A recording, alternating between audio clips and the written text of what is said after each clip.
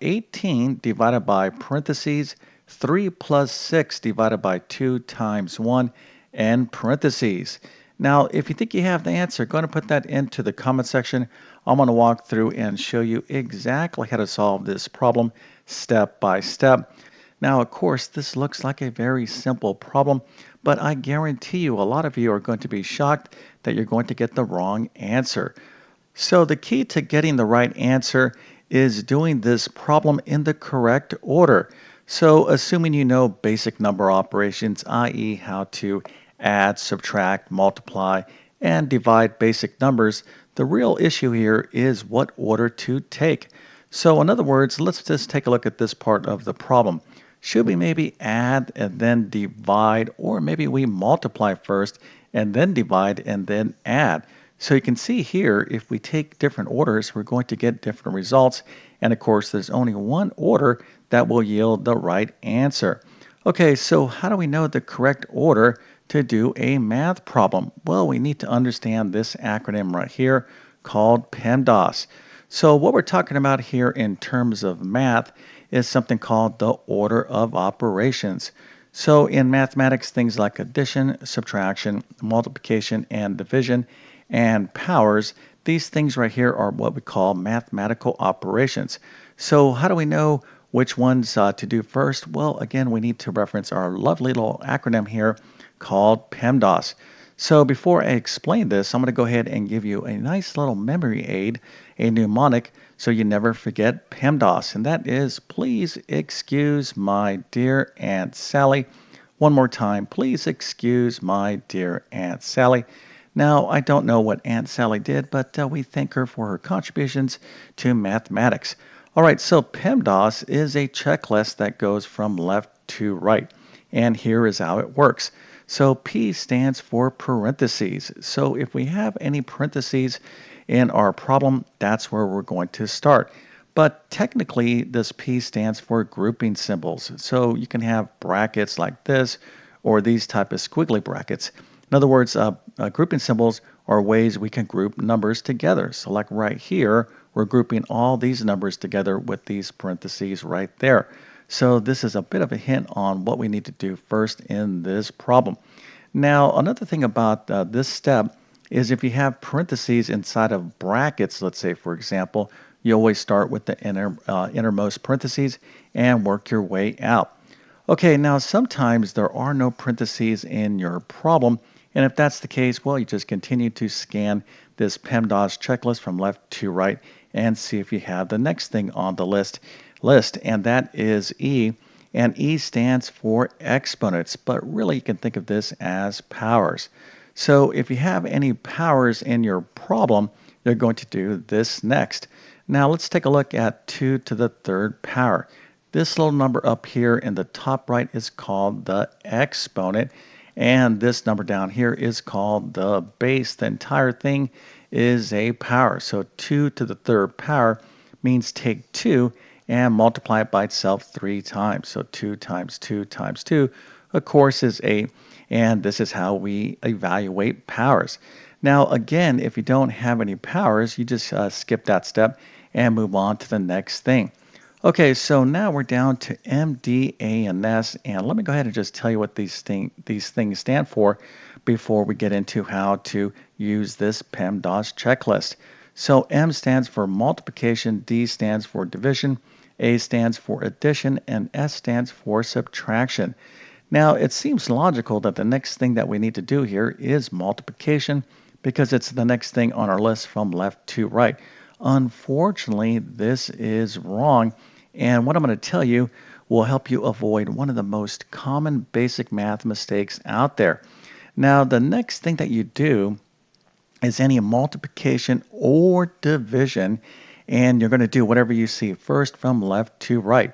So in our problem here, we have both multiplication and division. Now, what should we do first? Do we do division and then multiplication or division? Well, it all depends how you're seeing the problem. So if you see multiplication and then division first from left to right, well, you're going to do the multiplication first. But if you have division and then multiplication and you see the division first from left to right, well, that's what you're going to do. So you can see here, this is a major hint on how to handle this problem right here. And then lastly, when you're done with all multiplication and division, you'll finish up with any addition and subtraction, and you'll handle it the same way from left to right. Okay, so if you understand PEMDAS, well, this is how we can solve this problem. And let's take a look at these steps right now. Are you struggling in math because of confusing lessons? Maybe the teacher's not showing you all the steps you need, or things are happening too fast. Well, there is a better way. So come on over to my math help program at tcmathacademy.com. There you'll find clear step by step instruction by me that will definitely make a huge difference in your math success. So make sure to check out all my courses by following the links in the description. So, the key to solving any math problem is to take your time, be neat and organized, and show each step. So, that's what we're going to do right here. And the first thing that we need to think about is PEMDAS, right? So, we have a problem with different mathematical operations. So, we need to scan our PEMDAS checklist here from left to right. So, we're going to start with P. Do we have any parentheses? Well, of course we do. We have parentheses right here. So that means we need to go inside of the parentheses and work on all of this math before we go outside of the parentheses. So the next thing that we're going to do is see if we have any parentheses or grouping symbols inside of these parentheses. So we don't have any parentheses inside of our parentheses, right? Or any parentheses inside of brackets. So we're going to move on to the next thing and see if we have any exponents or powers. So do we have any powers here? No, we do not. So now we're down to multiplication and division. So do we have multiplication and division? Yes, we do. We have division and multiplication. So what do we see first from left to right? Well, we see division first. So this is the first thing that we need to do. So we're going to focus in here and do 6 divided by 2. Okay, so 6 divided by 2 is what? Well, of course, the answer is 3. So here is our first step. Okay, we figured out that we have to do this division inside of the parentheses, and the answer is 3. But we're not done with all the math that's inside of the parentheses. So we have 3 plus 3 times 1. Now, if you think you know what to do for the rest of the problem, maybe you want to go ahead and pause the video and work on the following steps. But hopefully you see that it's going to be pretty easy because here we have addition and here we have multiplication. So multiplication is always going to come first before addition when we're thinking about PEMDAS. So let's go ahead and finish this problem up. So we have 18 divided by parentheses 3 plus 3 times 1. So we're going to do the multiplication next. All right, so again, we're not done with the parentheses. So 3 times 1, of course, is what? Well, the answer is 3. So 3 times 1 is 3. And now we're down to 3 plus 3, which of course is what? Well, the answer is 6. Now notice I'm just taking one step at a time. And this makes math teachers very happy, right? So when they're reading your work, they're like, boy, this person understands this, this, and this. They're probably watching that guy on YouTube. Okay, so another reason to show your steps one step at a time is if you make an error, not only your math teacher, but you yourself can go back and figure out where you made a mistake, right? The worst thing that you can do when it comes to doing mathematics is to skip steps and to be unorganized and sloppy. Now, I know I had a tough time being sloppy and not being so neat when I was in school, but this is something that is really important, okay? If you really want to improve in mathematics, improve in being neater and more organized and showing each step.